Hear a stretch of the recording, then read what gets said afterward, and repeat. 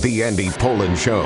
We got to go after this with everything we got, thinking they're going to come with everything they got. I'll start off by saying I'm bored, I'm broke, and I'm back. The Andy Pollin Show on ESPN 630 starts right now. Once upon a time, there was something called Fernando Mania. It's a fairy tale so preposterous, Dodger fans dare not open their eyes. El Nino is Fernando Valenzuela. Fernando Valenzuela has passed away at the age of 63. He was a sensation when he burst on the scene with the Dodgers in 1981. I was there for pre-Fernando Mania. I saw it develop. I've got stories to tell about that. We'll get into the release of Jamin Davis as we get further and further away from the Ron Rivera era, the worse it looks. Plus, a lot of college football to talk about. Mike Locksley puffing out his chest a little bit, deservedly so, after Maryland beat USC, and now they are on to Minnesota this upcoming Saturday. We will talk about a lot of things today. By the way, there's some late-breaking news. The Kansas City Chiefs have their receiver, and they got a good one. They got DeAndre Hopkins from the Tennessee Titans for a conditional fourth-round pick. So their wide receiving core hasn't been very good. It takes a big step up with DeAndre Hopkins, who comes over from a bad team to join the two-time defending Super Bowl champions, and we'll see where it goes from that. So let me tell you some tales about Fernando Valenzuela. The cause of death not announced, 63 years old. He had left the broadcast team for the Dodgers, which, seemed like an odd time to do it as they were in the postseason. But he said he was attending to some health issues, and he passed away in a hospital last night. I guess we'll find out in the upcoming days exactly what the cause of death was. But I go back to 1980 with Fernando Valenzuela. And I was working in San Antonio at the time. The San Antonio Dodgers were the AA affiliate of the LA Dodgers, who at that time were far and away ahead of everybody else in the way that they did business. The Yankees were a great team then, but they bought those players. They took advantage of free agency. Dodgers, they developed them. They drafted well. They signed undrafted free agents from other countries like Fernando Valenzuela. They had an infield that stayed together forever with Steve Garvey and Ron Say at third base and Bill Russell at shortstop, and was the second base. Davey Lopes was the second baseman. And that group was like 8-9 years, which is unheard of in today's baseball. They had some older guys, too, like Rick Monday had come over from the Cubs, and they had an excellent pitching staff. They just did things right. They were a first-class organization, and they had great scouting. And they found Fernando Valenzuela in a very poor area of Mexico. He was from a large family. I mean, I'll give you an example in a moment of how poor they were, but there just really was nothing for him growing up, and they saw his talent and brought him up in the minor leagues. And 1980, the season is about to start, and the owner of the Dodgers had a media party at his house. He was a very wealthy oil man, and it was a beautiful house, and he had the whole team there, and he invited the media to get to know the players and, kind of launch the season. And I saw this guy sitting on the floor, really sitting on the floor, eating a plate of food, chubby, I would say borderline obese, and I thought, well, I wonder what he does. He's obviously not a player. No, that was a player, Fernando Valenzuela.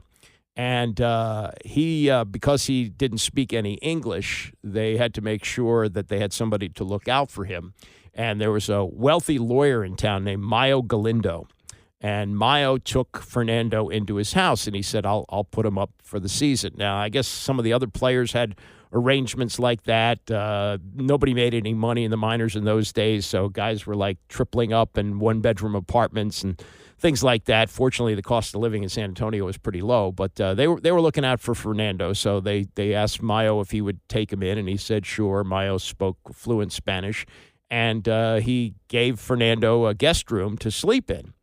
And Fernando looked at the room, unpacked his stuff, and sometime during the night, Mayo wanted to check in on him to see how he was doing, and he opened up the door to the room, and there was a beautiful bed in there, and Fernando was sleeping on the floor. And in talking to him the next day, he found out that he had never slept in a bed before. Imagine that. Imagine growing up and always sleeping on the floor, and he just didn't feel comfortable in a bed. I assume eventually he did. But anyway, as the season wore on, Fernando got better and better. His record at the beginning was not spectacular. He struggled to some degree in the early part, but by the end of the season, he was throwing 1 and 2 hitters every time he went out. He was absolutely unhittable.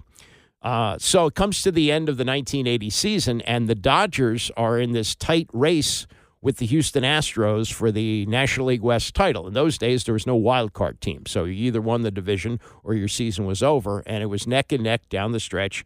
They call up Fernando. He's 19 years old, and he's digging it in San Antonio because San Antonio has a very high Mexican population, Mexican Americans, and you can find many, many places to eat meals, shop, whatever.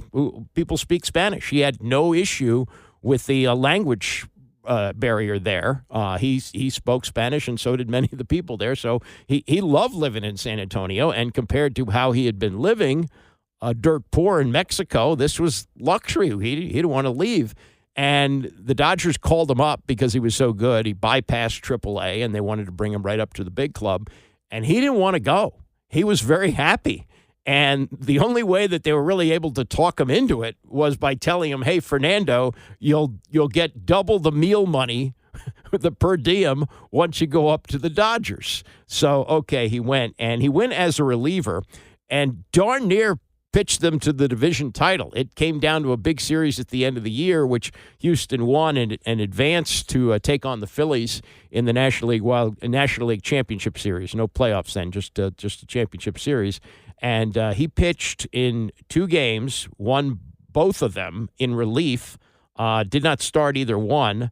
He pitched in 10 games that year, pitched in 10 games, went 2-0, in 17 innings and gave up only 8 hits and no earned runs. So he finished that year, 1980, 2-0 with an ERA of 0.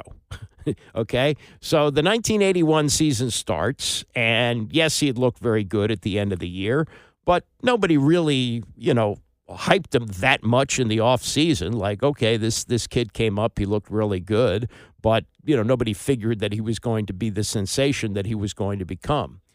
And then a crazy sequence of events happened. And this is the recap that was done on MLB Network last night, looking back at the start of Fernando Mania at the beginning of the 1981 season. The phenomenon began by accident, which was part of the charm. All-star left-hander Jerry Royce was supposed to start the Dodgers' 1981 opener, but strained a calf muscle during batting practice. So, Tommy Lasorda summoned the 20-year-old Valenzuela. The result? A shutout victory. Valenzuela delivers, through ball, got him swinging. What a way to start. Fernando Valenzuela, in his first big league start, pitches a shutout. Valenzuela spun 4 shutouts before the end of April. No major league pitcher has thrown that many in a season since Felix Hernandez in 2012. And while Fernando Mania began in April, the fascination reached its apex in May. In those years, it was said, rather earnestly, that for sports history to be made, the New York press had to witness it. Thus, Valenzuela's May 8th start, a Friday night at Shea Stadium, was a bona fide baseball event. And once again, a large crowd has come out, full of the question, is he for real? Valenzuela, who hailed from a town of fewer than 1,000, had made it to Broadway. And nearly 40,000 New Yorkers witnessed yet another shutout by a 1-0 score. Popped in the air, foul, and Fernando has his 5th shutout. Unbelievable. Okay. 5 shutouts that year. His record 8-0 at the beginning of the year and an ERA of .50.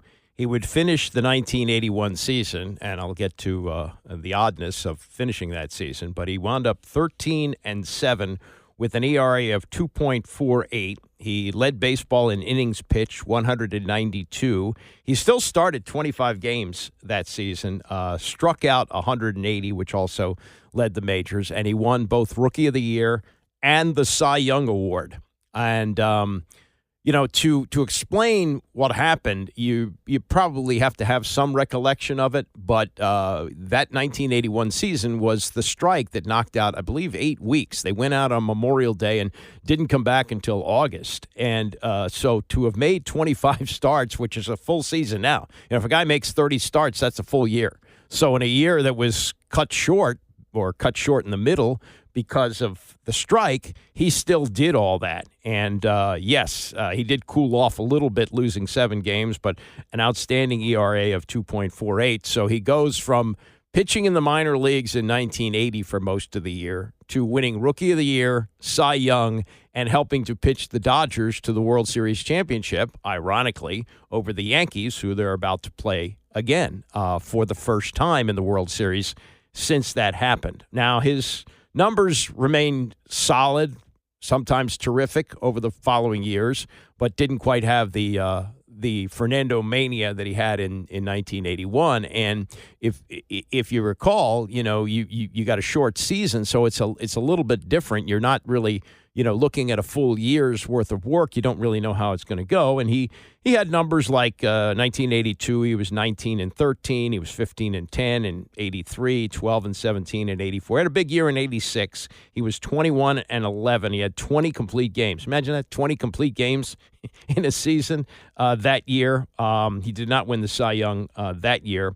1987, he was a 500 pitcher, 14-14, and then 88, 5-8, 89, 10-13, and then in his final year with the Dodgers in 1990, he went 500. He was 13-13 with especially for those days, an ERA which was kind of 4.59. But in that 1990 season, Fernando Valenzuela did something that is remembered not just for the historical nature of the performance, but the incredible call of the great Vin Scully. Fernando ready, and the strike 2 pitch is hit back to the box, dribbling to second. Samuel on the bag, throws to first, double play. Fernando Valenzuela has pitched a no-hitter at 10:17 in the evening of June the 29th, 1990. If you have a sombrero, throw it to the sky. Doesn't get any better than that. If you have a sombrero, throw it to the sky. And that's a signature of Scully when he gave the exact time that the no-hitter was completed. And the reason he did that, he was just a pro's pro as a broadcaster. The game would be taped back at the station, and he wanted to give the engineers an assist in figuring out the time of the highlight so that they would be able to pull it. I mean, he was just the best, absolutely the best. And Fernando, is kind of his farewell to Los Angeles, threw a no-hitter that year. He was with the Angels the following year, didn't do well. He was 0-2 with an ERA over 12, spent 1992 in the Mexican League, but did have a comeback, and he came back with the Baltimore Orioles in 1993. He was 8-10 with an ERA close to 5, but he was in the rotation. Then he bounced around the rest of his career. He was with the Phillies for 1994, pitched briefly with them. He 7-8 starts that year. And then he had pretty good resurgence with the Padres in the mid-90s. 1995, he went 8-3, and in 1996, he went 13-8. But then the bottom kind of fell out. 1997, he split the year between the Padres and the Cardinals, and he had a record of 2-12, and wound up retiring after the 1997 season. He became a Spanish broadcaster for the Dodgers in 2003, so he did that for more than 20 years, and unfortunately had some health issues and had to step away before the postseason began. His pitch that really made him so spectacular and so unhittable, especially early on, was the screwball that he was taught in his first year in the minor leagues. This is the year before he got to San Antonio. His teammate Bobby Castillo taught him that, and he went on to do great things with that. And just as important as his performance was what he did for the city of Los Angeles. When they built Dodger Stadium in the early 1960s, it was built in an area that had a heavy Hispanic population, and they were kind of chased out to build the stadium, and there were some bad feelings in that community about the Dodgers. But once Fernando was there, everybody wanted to be a part of it, and as he would warm up, you hear ABBA playing Fernando, and he was just a sensation. And, to think of where he came from and where he went with his life and his career, it's a remarkable story. It's truly remarkable. Dirt poor, had never slept in a bed before, and then became a sensation early on and had a good career, not a Hall of Fame career. He had 173 wins and 153 losses with an ERA of 3.54. Those are not Hall of Fame numbers. But his significance in baseball and his place in history for what he did in 1981 especially. I mean, there were books written about this. There were documentaries made. It was just something that turned people on and turned people on at a time when a lot of fans were getting fed up, especially with the strike that knocked out the middle of the season. And he was able to really kind of boost the sport in a big way and had just a sensational year. I don't think you can do any better than Rookie of the Year, Cy Young, and World Series champion all in 1 year. So rest in peace, Fernando Valenzuela. Great baseball memories. A couple of basketball things. One, in case you don't know, we had the father-son debut in the NBA last night as LeBron James and Bronny James came into their game with Minnesota last night with 4 minutes left in the second quarter in Los Angeles. LeBron had already played 13 minutes before he came in with Bronny. As they got up from the end of the bench and walked towards the scorer's table, the arena began to buzz, erupting in a cheer when they tore off their warm-ups to head on to the court. And LeBron said after the game, that moment, us being at the scorer's table together and checking in together, it's something I will never forget, no matter how old I am and no matter how my memory may fade as I get older, whatever, I will never forget that moment. The Lakers were outscored during that period of time they were on the court, 7-2. Bronny missed an open three, and he was blocked by Rudy Gobert on a tip-in attempt after getting an offensive rebound. The big gun last night for the Lakers in the win, Anthony Davis, 36 points, 16 rebounds, and 3 blocks. Bronny wound up 0 for 2 from the field and 1 rebound. LeBron finished with 16 points, 5 rebounds, and 4 assists. So history was made. It was a really cool thing, though, that they had the Griffeys there together, Ken Griffey and Ken Griffey Jr. They hit on September 14th for the Mariners back-to-back home runs in 1990, September 14th, 1990.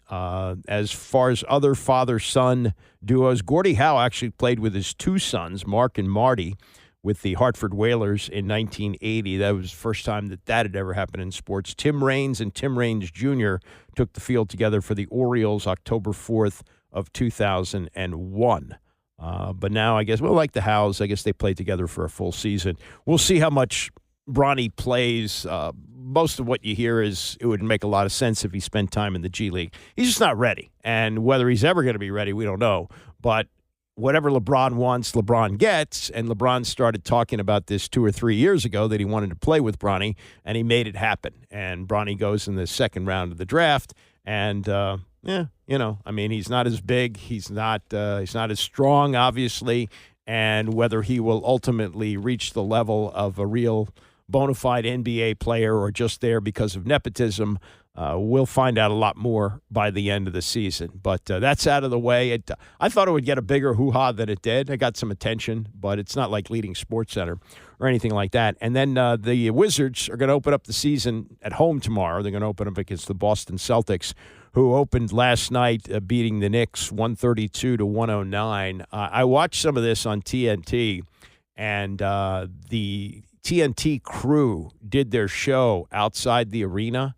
Man, it was like Woodstock. The popularity of that show, especially Charles Barkley and Shaq and Kenny, and Ernie does a great job of running. They are rock stars. It's just too bad that show it's going to continue to exist, but it's not going to be an NBA show after this year because this is the last year for the NBA on TNT.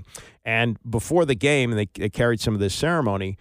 They raised the 18th banner to the rafters, 18 championships in the NBA, which is remarkable given the league has been around, 70-some years, 75 years, something like that, maybe 79 years, whatever it is. To think they've won 8 championships is just incredible. But they gave out the championship rings, and it's not just basketball where this happens, but in all sports. They're not rings anymore. It's just you could never wear something like that. And they showed the players putting them on. They're not even putting them on their ring fingers. They're putting them on their index fingers because you can't operate your hand with that enormous piece of jewelry, which is darn close to a bracelet, on your finger. This is what I think should happen with these rings now that they've reached this point. Just have that as a ring, something you can display, something you can show your friends, keep locked up in a vault, whatever you want to do. But have an actual ring that you can wear, something the size of like a college ring. And, I know Doc Walker very well, and Doc won his with the Redskins back in 1983. That's a ring you can wear all the time. And he does a lot of speaking engagements. He wears the ring. It's fine. Even the one Brian Mitchell won in 1991, that's a reasonable size. Now they're out of hand. And it probably goes back to Michael Strahan when the Giants won in 2007, the 2007 season. And he said, we need to design a 4-table ring. I said, what's that? He said, when you're eating in a restaurant, people 4 tables away need to be able to see it. And now they're just monstrous. They're just enormous. And I can't imagine that any player who got one of those rings last night is going to go anywhere wearing that ring. You just can't wear it. It's too big. And they used to have a amount you could spend on making them. Now I guess sky's the limit. It's just crazy. But anyway, who wouldn't want to have a ring, though? Right? And that's how we judge careers, too, based on rings. But in the game, Celtics won easily, 132-109 over the Knicks. Jason Tatum had 37. But the Celtics tied an NBA record with threes with 29. The thing is, they tied the record with 9 minutes to go in the game. So, 9 minutes left, blowout game. Guys with green light to shoot, somebody's going to knock down a three. No, they went 0 for 13 the rest of the game. I mean, it was right there. I guess the way the Celtics play, they'll eventually break it this year. But, they had 29. That's what they finished with, 29, going 0 for 13 from 3 at the end of the game. Celtics are going to be here tomorrow night to open up the season against the Wizards. Coming up, the coach that I wasn't only wrong about, I was loud wrong about him. Dan Campbell has maybe the best team in the NFC right now, and he talked about it yesterday on the Rich Eisen Show. We'll play some of that next. It's the Andy Pollin Show, ESPN 630. The Andy Pollin Show on ESPN 630, the sports capital. Tomorrow night, the Minnesota Vikings go for the best record in the NFC when they play the Rams in Los Angeles. The Vikings on the year are 5-1, so they would be 6-1 with a win tomorrow night. But the Detroit Lions are also 5-1, tied with the Vikings for the best record in the NFC. And I have been wrong many times in my life, for sure. But in this case, I was loud wrong. When the Detroit Lions hired Dan Campbell, which I believe was 2020, I said after listening to his news conference, well, clearly this guy is an absolute lunkhead, and he may not even make it through the season. And I would bet almost anything that he's going to be one and done. He's talking about biting kneecaps and getting up and, this rah-rah, blah, blah, blah, locker room talk. And I thought, come on, really? This is an NFL coach? This is what he's talking about? But he was trying to convey that the Lions would play like the people of the city felt, like this tough, gritty, blue-collar town, which had been through hell with the auto industry, caving in and people losing their jobs and how tough it was in the Rust Belt, the prime of the Rust Belt in America. And I have been just absolutely wrong. This team has been rebuilt. They made a trade. Matt Stafford, who seems to be on the trading block again with the Los Angeles Rams, okay, they realize they've reached the end of the line and they're looking to rebuild, so they're going to see what they can get for him. And he may go to the Minnesota Vikings. We'll see. Even though the Vikings have this great record with Sam Darnold, there are, I guess, not true believers there that Darnold is the guy that's going to take them all the way. So Stafford, who's won a Super Bowl, may wind up there. But anyway, the deal was made to get Stafford out of Detroit, get him to Los Angeles where he'd have a chance to win. And they traded Jared Goff. Now, Goff had been the number one pick of the draft. And Goff had taken the Rams to the Super Bowl. They had lost to the New England Patriots, but he'd gotten them there.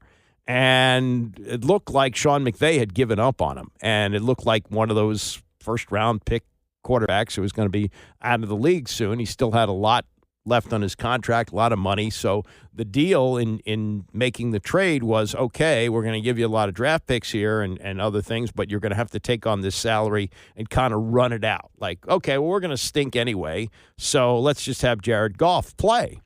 And as time went on, the team got better and better. Goff looked pretty good, and now Goff is a franchise quarterback. They got a 5-1 record, and it's remarkable for a team that I thought was going to stay stinkeroo for a long time. They were the first team ever to put together an 0-16 season. And it just looked like, another lost year for the Detroit Lions. And they needed to move on from this guy Campbell and see what would be next. But Campbell's done a remarkable job. And he got them to the NFC Championship game last year. And who'd have thought he would do that in such a short period of time? But he has, and now he has what may be the best team in the NFC, and was asked yesterday as he appeared on the Rich Eisen show, how is it happening for him so far? I think we're right on pace. There's always going to be ebbs and flows to a season. We hit a little rough patch, after we won the opener and got in a dogfight with Tampa, couldn't quite overcome a couple of errors, one of them being my own, and so we dropped that one, but we learned from it. We got better, and you just take it as it comes, man. And I love where we're at right now, and I love where our team's at. Your quarterback's on a heater. And I think I might be understating it right now. So what do you see from Jared Goff right now compared to other quarterbacks you've seen on heaters in your career as a player or a coach, Dan? He's playing at a high level. Look, I was fortunate to be around Drew Brees as a player, but as a coach, for a combination of 6 years. And when you're around that type of player, it's rare. And to see the professionalism, the work that goes into it, the process, the competitiveness, and there's things about golf that remind me of him. And, he's got a workman's attitude. He's blue collar in that way, a quiet confidence. He doesn't get frazzled. He's tough. He's seeing it. And because of that, we put a lot on him. Ben Johnson's done a hell of a job. Ben asks a lot of him. And, that Minnesota game now, that the defense does a lot, and they give you a lot of different looks. And if your quarterback can't handle it, you're going to struggle against them. So our guys playing at a high level, I'm really not surprised, just because I know what he's put into it, and he's an accurate passer, and he's a dude, man. He's one of those guys. So we're fortunate to have him, and sky's the limit for him. So is his accuracy, is that Breeze like to you? What is Breeze like to you when you're watching Jared right now? Yeah, I think it's the accuracy, man. I think it's the ability to process what the defense is doing to you, and in a split second to be able to make an accurate throw, and I think what to be able to I said this the other day, what certain players have in their head and what they've got in their heart is what separates guys in this league. And so there's a lot of players that have ability, but when you start talking about the quarterback position, man, if you don't have it up there and you don't have that drive and that competitiveness and that spirit, man, you'll break. You'll crumble. You can't do it. It's too much pressure. There's too much put on you. And our guy's got that. He's a winner, man. That's the bottom line. Your quarterback, the first description of a good quarterback is a guy who can win. And this guy's a winner. So I'm glad we got him. Yeah, and when you did get him, I mean, this is when you arrived in Detroit too, Dan, you know, in your famous speech that you gave when you first arrived, talking about how this team was going to mirror the city's identity. It's kind of crazy that it's a kid from Northern California, right, who does do exactly that at the most important face-forward position in this town at the quarterback spot. And I'm wondering what you said to him when you first arrived there, and he first arrived there. And a lot of people thought he was just being cast off by the Rams to Detroit, where he would just kind of have a little bit of a way station for you and him. Well, look, first of all, I know he's a California kid, but you know where he comes from, and his folks, his dad. I mean, he comes from blue collar roots now. I mean, so it's not like he's, he had a silver spoon in his mouth. So he's had to earn what he's gotten. He's had to work for it. But here's what I said this from day one. I said it when Brad talked about acquiring him. I was all for it, and here's why. Because if you want to know, my first experience with Jared Goff was standing on the opposite sidelines for 3 years in a row and watching one of the top defenses I've ever been a part of as a coach or a player, which is New Orleans Saints, give that guy fits and watch him get hit and get up, make another accurate throw on the money, get hit, get up, make another accurate throw. NFC Championship game at the Superdome, just freaking brings that team back and ends up, defeating us. And I just saw the environment, the type of pressure that he was under, and just thinking, this guy won't break. And I would have swore he would have broke. I'm just like, this guy can't handle this.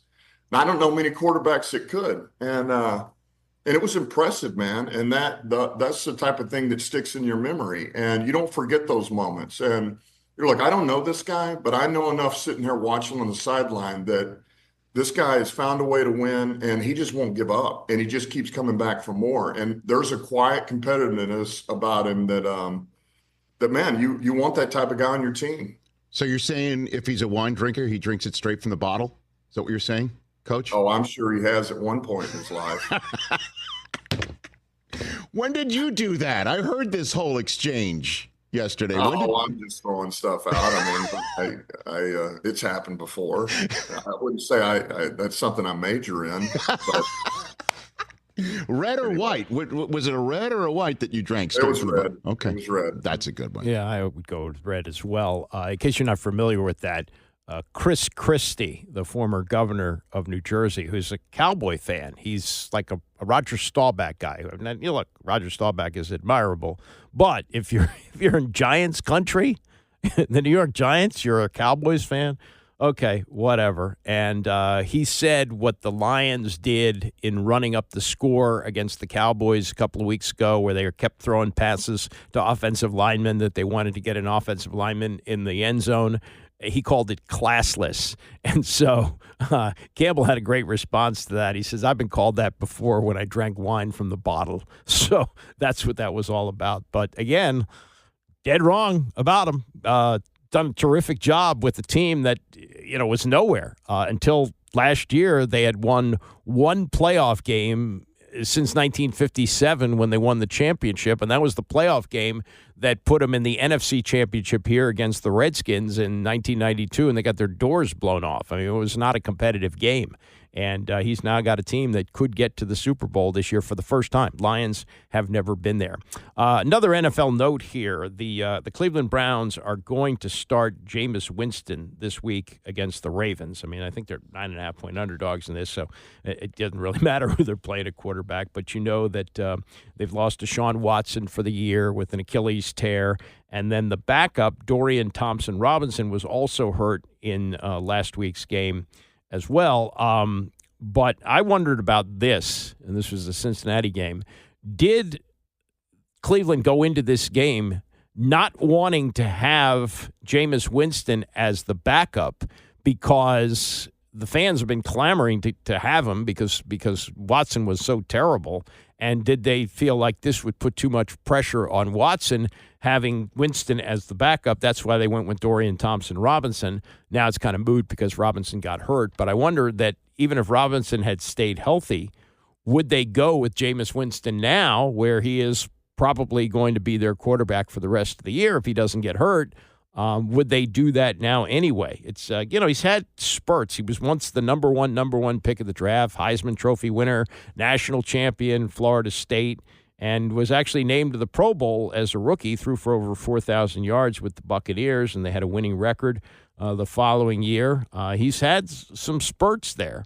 He threw for 5,000 yards in 2019. He also threw 30 interceptions to go with the 33 touchdown passes. So he can play, has played at times, but he's not going to have his number one receiver. They recently traded Amari Cooper, and he will be throwing the football for sure, because the Ravens, as good as they are against the run, number one in the league against the run, they are 32nd in pass defense, which is really bizarre, but we'll see. We'll see how they respond, which will be on a short week because, as you know, Ravens played on Monday Night Football. But they seem to be rolling right now. They seem to be playing very, very well. As a matter of fact, Jeff Saturday was on the morning show here on Sportsmanlike and took a long view at the Ravens and how they're playing right now. We'll hear that as we continue. It's the Andy Pollin Show, ESPN 630. Just in case you're not familiar with the name Jake Retzlaff, he calls himself the BYJew. Is that politically incorrect? I don't think so. And it's quite a story.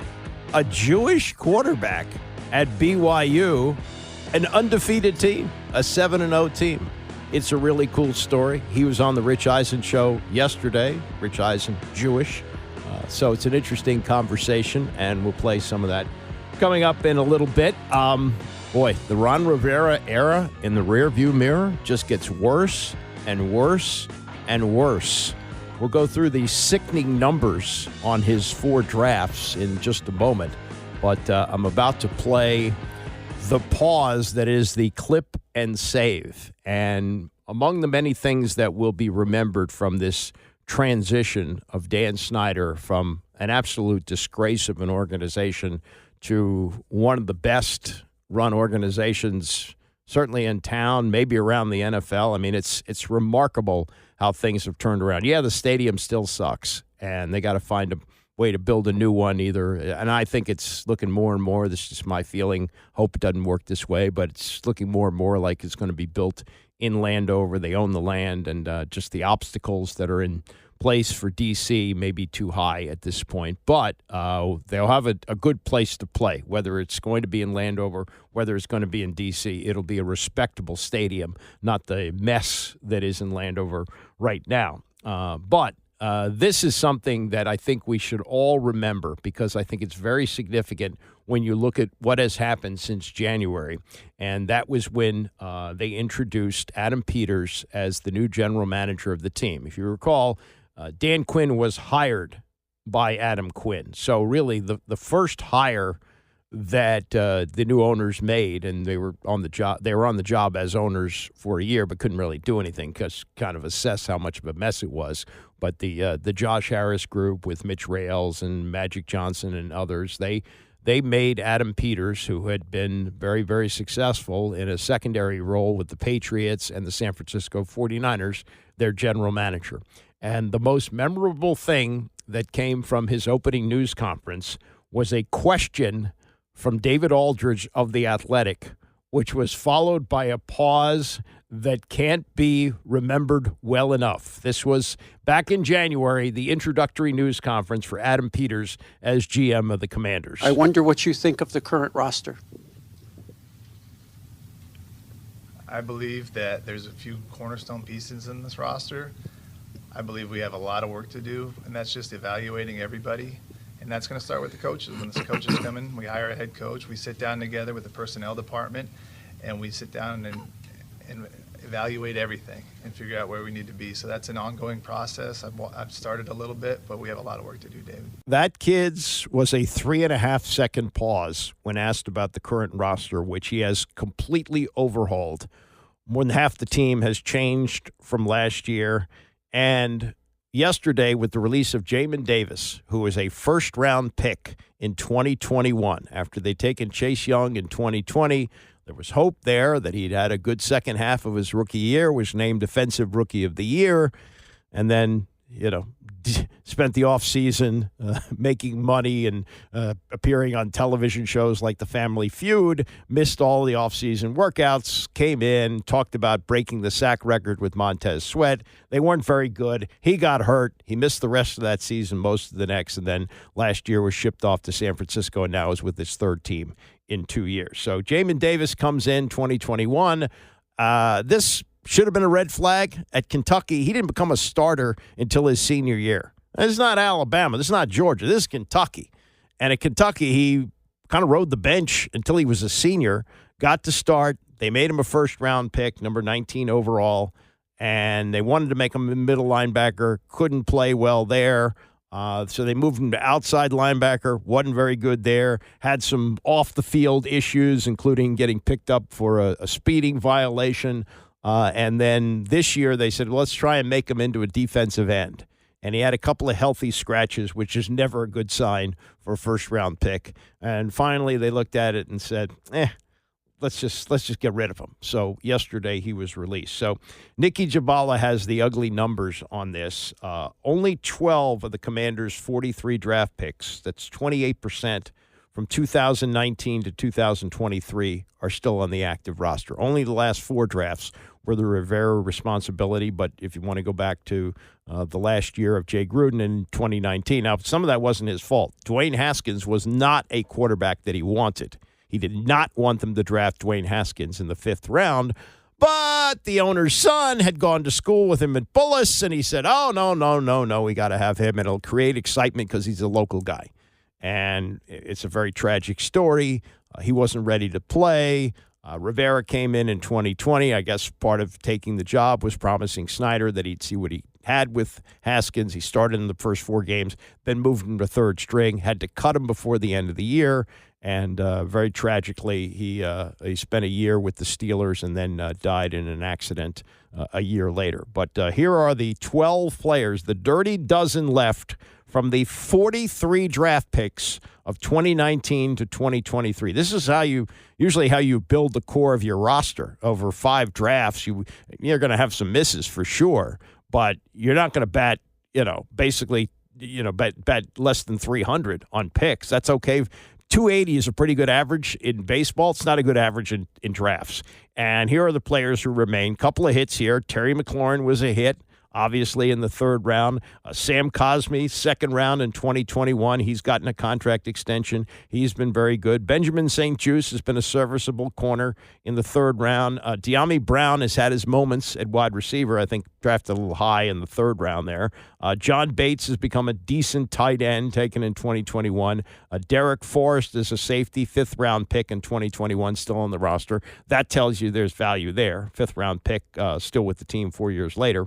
Fedarian Mathis, who's had some injury problems, and now with Jonathan Allen out for the year, we'll see. 2nd round pick in 2022. Brian Robinson, obviously a great pick in 2022 in the 3rd round, though underused last year. Percy Butler, 4th round, 2022. Chris Paul, guard, 2022 in the 7th round. Value there that he's still on the team. Emmanuel Forbes, he had an interception last week, but his long-term future here I don't think is very good. And then Quan Martin, who they took last year in the 2nd round, looks like he's going to stick for a while. But the first-round picks that they've had, complete disasters. Jahan Dotson, traded. Jamin Davis, cut. Chase Young, traded. Dwayne Haskins, cut. Montez Sweat, traded. You can't whiff that many times in the draft and expect to have a decent team. So the fact that Adam Peters in 1 year has rebuilt things. Now, it helps that they got the quarterback. I mean, there's no question about that. And I guess you could say they were helped in getting the quarterback by whiffing so many times in the draft that they had a crapola team that won only 4 games last year and put them in a position to take Jaden Daniels. I understand that. But that is just a disastrous record. Just terrible. And it goes back to something that was never going to work from the beginning when Ron Rivera was introduced on the 2nd of January. Dan Snyder wished everybody a happy Thanksgiving and said it was going to be a coach-centric operation. Those things rarely work, almost never work, and never work with a coach like Ron Rivera who didn't have any experience. He was way in over his head. True, it was a disaster of an organization, and he had to deal with things that he wasn't anticipating, like the post reporting on the toxic culture that was going on, and just all the off the field stuff that and some of it was what he brought on too. Ryan Vermillion, his trainer that he had to bring with him from the Panthers, he was investigated by the FBI and had to cut a deal with the FBI to not go to prison. That's how bad that was. So some of that was what he brought on, but that was top to bottom a complete disaster, and just emphasized again yesterday with the release of Jamin Davis. Let's get to Jeff Saturday, who had a very good day on ESPN yesterday. I'm going to play things from two of his appearances. One of them was on the morning show here on ESPN 630. It's called Unsportsmanlike. It runs from 6 to 9 every day. And the other was on PTI, where Pablo Torre was in for Wilbon, and he and Tony talked to Jeff Saturday, and he said some really good things yesterday. I mean, not that he doesn't do a good job all the time, but these are really two good comments that he made. The first one on Lamar Jackson and the Ravens and where they are now. That's a team that started 0-2. People were concerned. Now they won 5 in a row and winning the other night. This was Saturday yesterday on what impressed him most about what he saw from Lamar Jackson, who threw only 5 incomplete passes and 5 touchdown passes. Composure. Let me say that because people talk, he's had some incredible games, right? He's had other 5 touchdown games, which is just insane. I think somebody told me this morning 5 of them or something. Yeah. Some crazy number, right? But the composure, down 10. The first drive, you looked like nobody on the Ravens offense had any idea what was going on. Pressure's getting there, backs and guards taking the same guy. You're like, oh, my God, right? Because if you watch football this weekend, you saw the Packers exploited the Texans in the middle. So that you saw some teams do this, right? Yeah. And so I was thinking, man, this might get ugly. And you saw a shot of him on the sideline looking like he was just at the park on a Sunday afternoon, man, just as chill as could be. And Derrick Henry had a big night, but at the end, right? Yes. In the first half, he put them, after the 2 interceptions by Mayfield, he put them on his shoulders and went and found ways to take the lead. Super impressed by what Lamar did and the composure he showed. Obviously, the interception by the defense, because that defense isn't as good as it's been in the past. No. But the big plays they made to take away from Baker Mayfield was powerful. I know that the Ravens got out to an 0-2 start and the Kansas City Chiefs are undefeated. But when we talk about Lamar Jackson and the Ravens, that's the lens we speak about them through is the postseason. Can they get to the Super Bowl and win it? Can they defeat the Chiefs?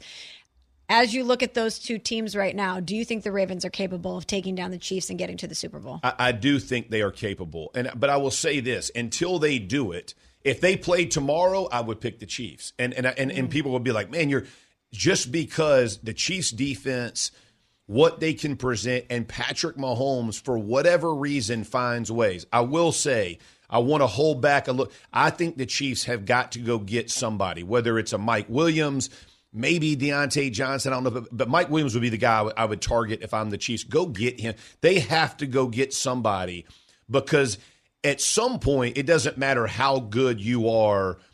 You know, Hunt has replaced Pacheco in a good way, in a good way, not in a negative. Pacheco coming back will be massive, but you're going to have somebody who can stretch the field, and a big player in the red zone will be beneficial for Patrick Mahomes. They got to go get somebody, in my opinion, to make another push for 3 in a row. Jeff, I do want to get back to Lamar Jackson actually breaking through and winning a championship, because you said something that perked my ears up.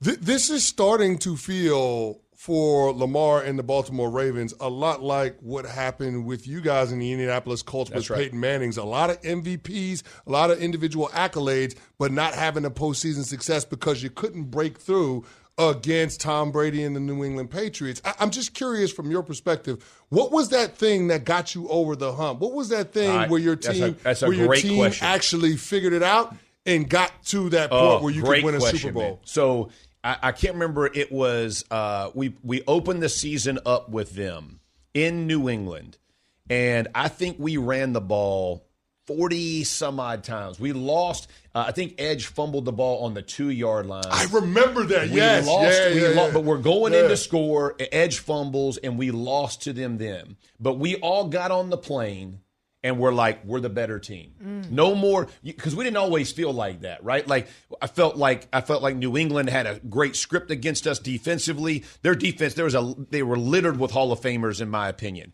and so it was tough days for us. We walked off that field, and I remember thinking, we're better than them. Next time we play them, we're going to beat them. And from then on, we won every time, including the AFC Championship game, right? And they had a lead. They had a big lead on us in the championship game. Mm-hmm.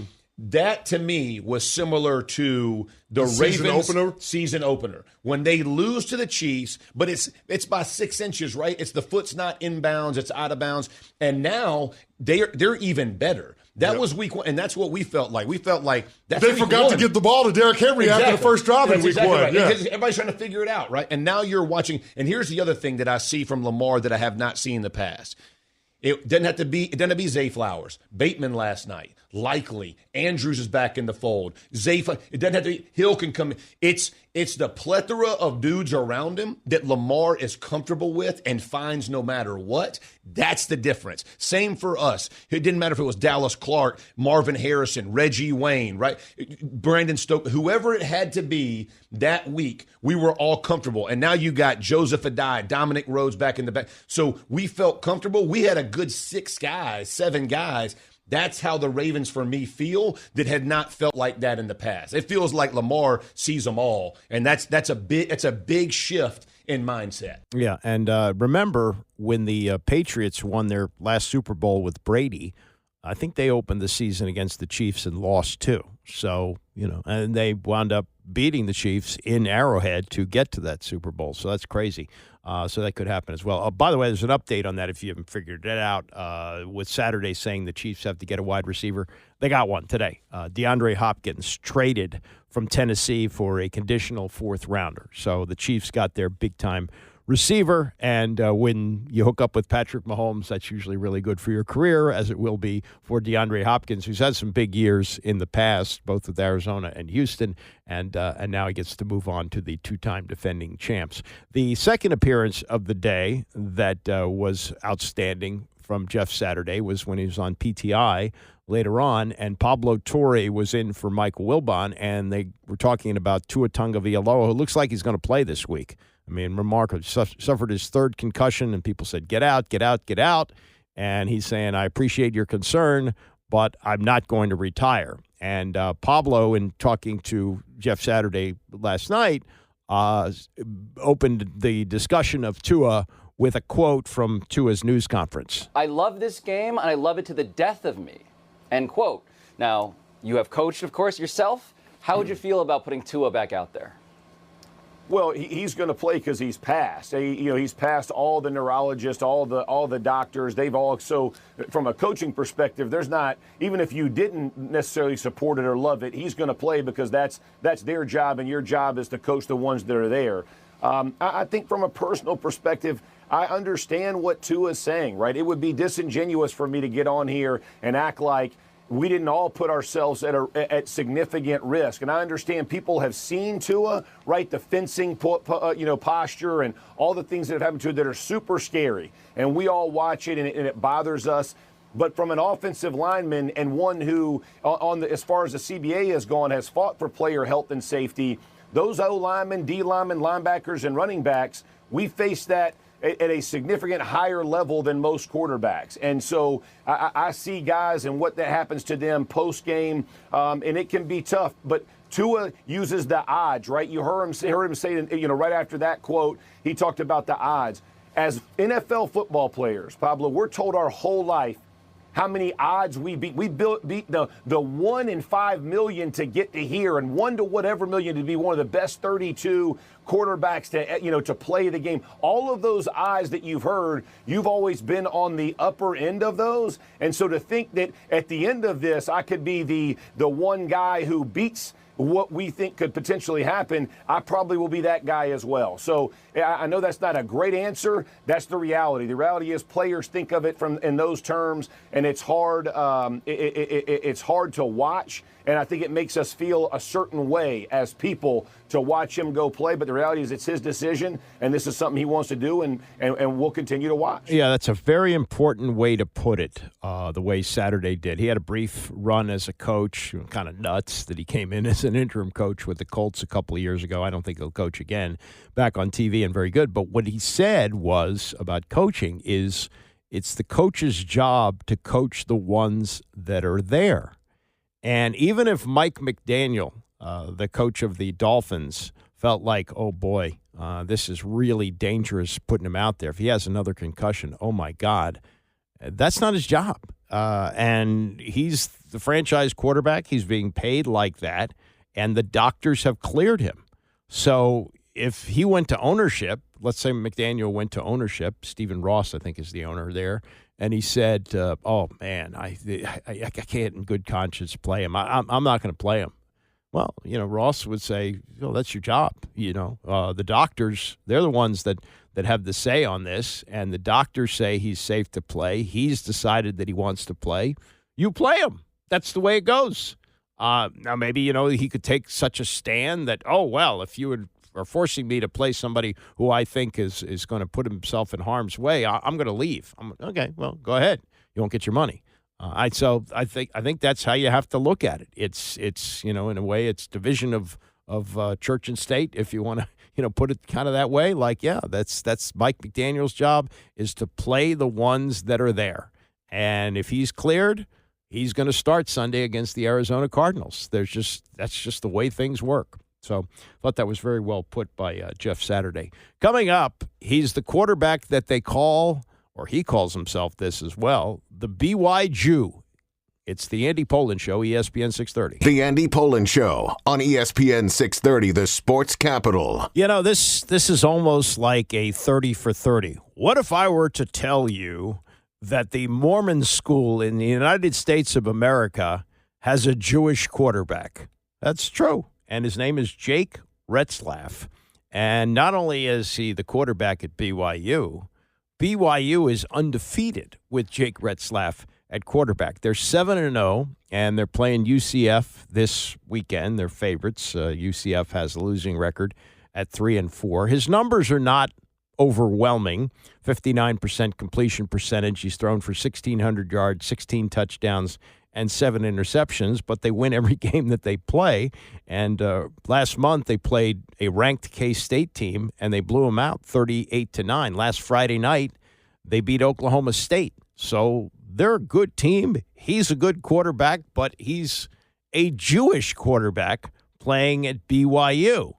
And he was on the Rich Eisen show yesterday wearing a BYU warm-up shirt with a Mogan David, a Star of David, around his neck. It was quite a jarring look there.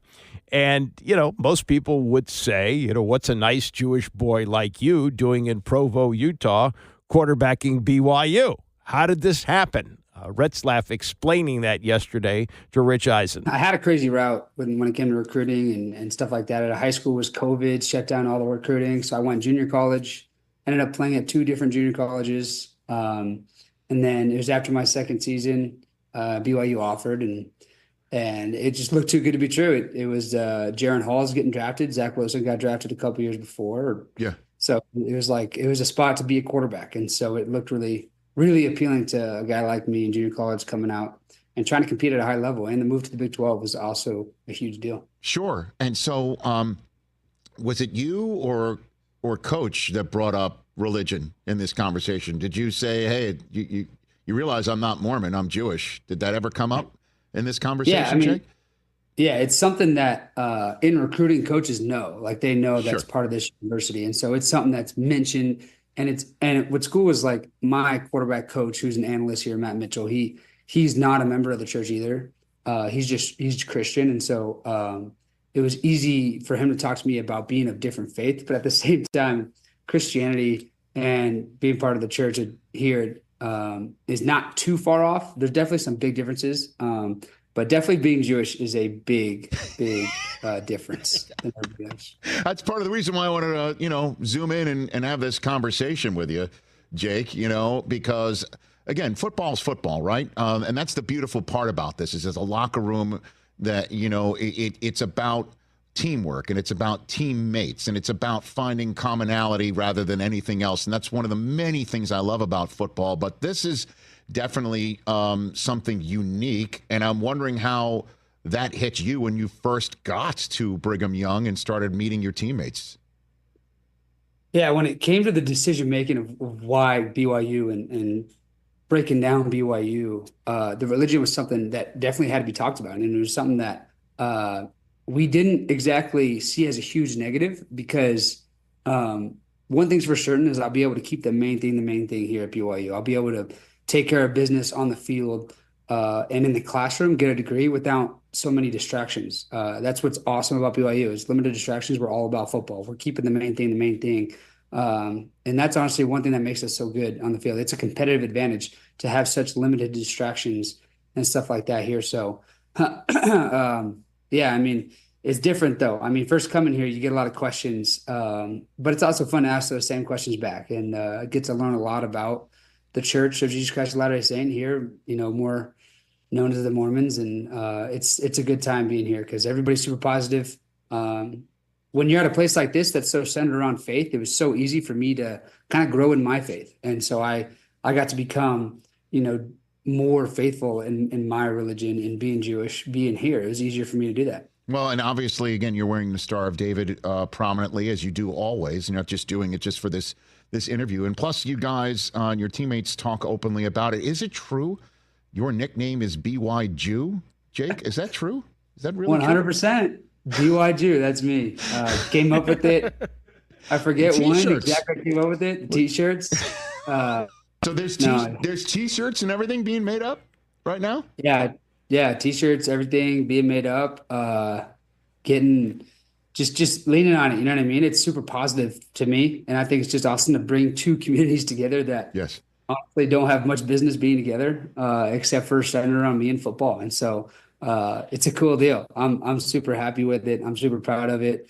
I love the outreach I get from Jewish communities worldwide. I mean, I've had outreach from people saying cheering you on from Israel. I've had outreach from all over the country, Canada. It's truly become international. And the BYU brand is international because of the church. And so that's also a cool deal. Do you talk about October 7th with your teammates at all, Jake? Yeah, it was talked about. It was definitely, something that that was here and talked about a little bit. I mean, what was awesome is the support right away from coaches here. I mean, I was reached out by Coach Kalani and Coach A-Rod both, and my position coach. They reached out and said they were behind me. They were going to support me. Whatever I needed, they were going to be there to help me do whatever I had to do. And so something that's been tough, but kind of important, is to make sure I'm aware, but I'm not looking into the news while I'm here focusing on winning football games, because that stuff can really get in your head and you see all the turmoil that's causing and stuff like that. And so it's something that was acknowledged, which is important. But it's also not something that I've let overwhelm me and overtake what I'm doing here. And in terms of Jake Retzlaff of a 7-0 BYU here on the Rich Eisen Show, do you have any contact with Steve Young, any of the BYU quarterback alumni base as you're going through your business at all? Yeah, it's cool. The connections we have here. Zach Wilson was at the game Friday night. Jaron Hall's around the building always. Those are the recent. Steve Young came up to me right before the Arizona game. It was kind of cool. He just appeared on the sideline right in front of me and said some good words of encouragement and stuff. And it was cool. He talked about me on the Big New Kickoff show. We had Fox here for that. And he's been awesome. I texted him with him a little bit, and he's great. He's sending me good words of encouragement, sending me advice. And it's somebody that I'll definitely try to lean on a little bit because he obviously had so much success. And that man is super bright, super brilliant. I mean, graduating from the BYU Law School, as well as winning Super Bowls and Super Bowl MVPs and stuff like that. He's an impressive man. And so just being able to kind of like pick his brain a little bit has been awesome for me. Then on top of him, we have great still in the building, like Robbie Bosco works here at BYU and as part of the athletic department. And so it's fun to be able to talk to him around the building too. And in terms of quarterbacks that you grew up idolizing, I'm going to take a shot here because I did see a quick snippet as you were on your chair, which I believe during your bar mitzvah, maybe during the Horus celebration of your bar mitzvah, Jake. Is that an Aaron Rodgers Packers jersey that you're wearing at that moment? Yeah, Aaron Rodgers Packers jersey, the Green Bay Packers hat, the whole deal. That was my bar mitzvah party. We had it sports themed, and it was just wear your favorite jersey, and it was a lot of fun. Yeah, Rodgers was my guy growing up. right when he came in the league, end of the Favre era. He came out of Cal, and I just became a Packers fan looking at him because there was no Rams in LA and there was no LA Chargers yet. LA was kind of teamless for a little bit, and so I was looking elsewhere. And Green Bay looked fun. Watching Aaron Rodgers, I grew up trying to play like him and be like him a little bit. And so, yeah, Rodgers was my guy from day one. And so is there any like part of your game that you have imitated him, modeled after him, that we can, next time we watch you again, we can pick out from that sort of thing? Jake? Yeah, what I love about especially Rodgers at the beginning of his career is he moved so well and threw so well on the move and stuff like that. Like, he was really good. He's not moving the same he was early in his career right now, but when he moved in his early career, he could pull the ball down and run it really effectively, but also scramble and make a play on the run. I mean, him and Stafford started the improvisation type stuff, and then Mahomes, of course, now is known most for it in this era. But I like to go back to the Stafford and Rodgers throwing off platform, being in awkward body positions and making accurate throws. That's something that I tried to learn early in my career and something that I'm trying to do, game after game here. That's Jake Retzlaff, the Jewish quarterback at BYU. He wears number 12, which was the Aaron Rodgers number in Green Bay. And, yeah, I mean, it's in some ways, this happened because of COVID. He had a pretty good junior year, not, overwhelming numbers in Corona, California, threw for 1,000 yards and 8 touchdowns. No senior year because of COVID. So he goes and plays at a couple of junior colleges. First he went to Golden West College, threw for 3,000 yards, 23 touchdowns. Then he went to Riverside City College, and he started 13 games there, threw for almost 5,000 yards and 44 touchdowns. So that will get you some attention, which it did. But, you'd say, you're a Jewish kid. They did the whole ride, your bar mitzvah. You're going to go to BYU? Well, he looked around and he saw that they send quarterbacks to the pros. They got a good system. He liked it there. So he announced in January of 2023 that he was going to BYU. He did not start there right away. They had Pittsburgh transfer Keaton Slovis, but he got hurt. And so then Retzlaff stepped in last year, and he wound up the year with 648 yards and 3 touchdowns, also ran for 116 and 3 TDs, won the job this year. And again, not overwhelming numbers, but the team is 7-0, going for 8-0 this week against the University of Central Florida. And if you look at football, I think even more so than other sports, because the locker rooms are smaller for the others. Like, basketball, most teams have 13, 14 guys, something like that. Baseball, you're going to have 26 on a roster at any one time in the major leagues. But in football, the locker room's big, and it's big and bigger in football. You got like 100 guys on the team at any one time at a program the size of BYU.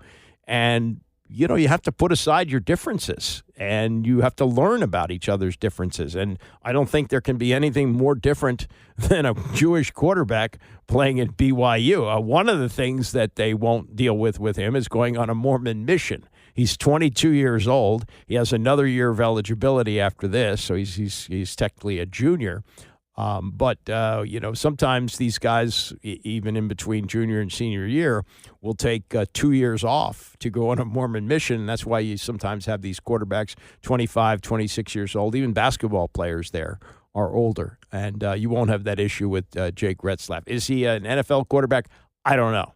But it's a hell of a story. And if this team gets into the playoff, which has a long way to go with 5 games left in the season, but if they get in the playoffs, he gets even more attention as the Jewish kid playing quarterback at BYU. And I'd be interested in getting one of those T-shirts, BYJew. That would be fun to wear, and certainly a conversation piece, don't you think? All right. That is that for this Wednesday. The interesting follow-up tomorrow will be Jaden Daniels. We're supposed to hear from Coach Dan Quinn today. Now, often what will happen is Rivera used to do this all the time. They talk before practice, so we really can't get a full update on what Jaden Daniels looked like in practice, but I think some of the players may indicate that when the locker room opens up. So that'll be the interesting follow-up tomorrow. Bram is coming up next, and I will see you back here tomorrow morning starting at 9 a.m.